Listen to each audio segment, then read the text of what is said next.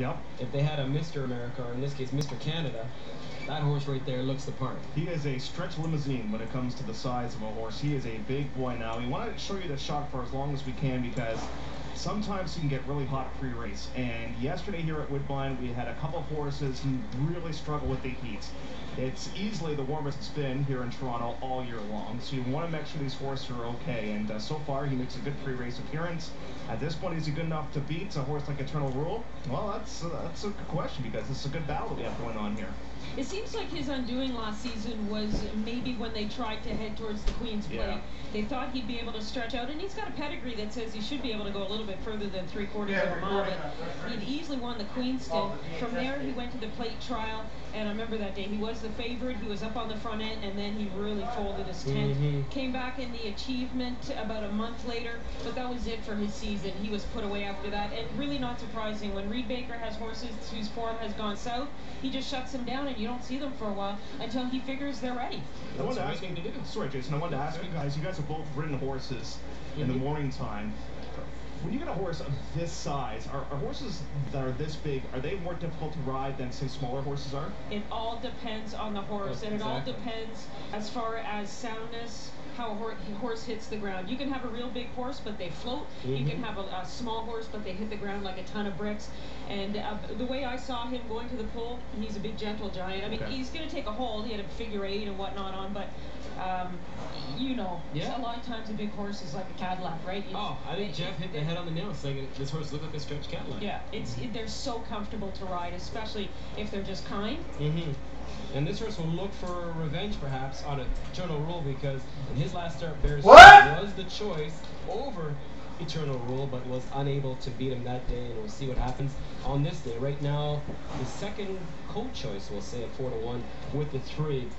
Barracks Road. Okay, so Barracks Road hasn't raced since 2011 as well. So a lot of question marks in this race. Right now, the public's thinking... And a mare taking on the boys. That's right. A mare taking on the boys. So if you guys were thinking that maybe Eternal Rule can get upset, who would it be? Jeff? You know, Quick Coat's been a giant killer in the past. Why not to maybe round out the exactor ticket? I thought the last race, I mean, this horse only lost by 5 lengths to Hunter's Bay. Hunter's Bay is a very, very, very good horse. I think if Bears Chill can find any of those races from a year ago, where he got a 92, 97 buyer, I think he's the boss in here. I'm going to throw the mare into the mix, just for fun. Barracks Road. I understand that, you know, she's in tough, but let's see what happens. Danny's up next with the call as we're waiting on Bears Chill to slide into position. Good luck here in the second. There are 5:20. Eternal Rule and the inside Barracks Road onto the main track. Bears Chill's close up third. St. Elmore is up fourth and 3.5 lengths off the lead, and Quick Code trails this field along the backstretch. And it's Eternal Rule by a neck. Barracks Road to the inside second. Bears Chill back in third and 2 lengths off the lead. Then a break of just 2 to St. Elmore. Quick Code is the Trevor, 22 and 4. That opening quarter, the pace being set by Eternal Rule, and Barracks Road comes back on the inside, and Eternal Rule widens again to a 1/2 length.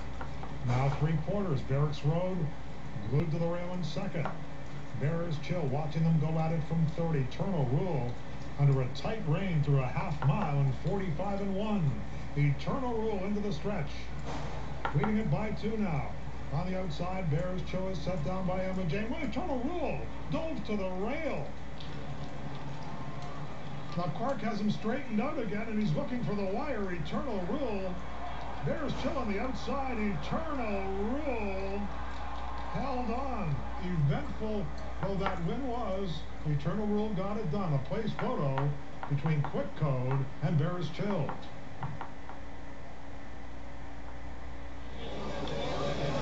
Wasn't exactly pretty, but tomorrow morning is going to show up in the box score as a victory, Renee. He pulled this horse up in a hurry, too, maybe just erring on the side of caution, because generally they let them gallop out at least around the turn. So hopefully everything is good with Eternal Rule. A horse with a ton of class, 4 in a row, undefeated. David Clark aboard for conditioner. Sitatard Priest's money details after the break. Don't you dare go away. race. We're going to roll it for you right now in slow motion. Almost looks, it's like when he twirls his stick in his right hand. See? Right there. Right there. Oh, all of a sudden, maybe the little tap on the head there got him a I little think bit. he was starting to go already. Yeah. But we're going to show this to you actually in fast speed, because watch this. This is a rider that you don't have much time to make a recovery like this. Whoa! And the rail is right there. So David's saying, holy smokes. They got there in the nick of time, though. You know what? I would be really pleased with the top three finishers in this race. I thought all three ran really good races. Yeah, there's. I mean, Quick Code is an overachiever. Yeah.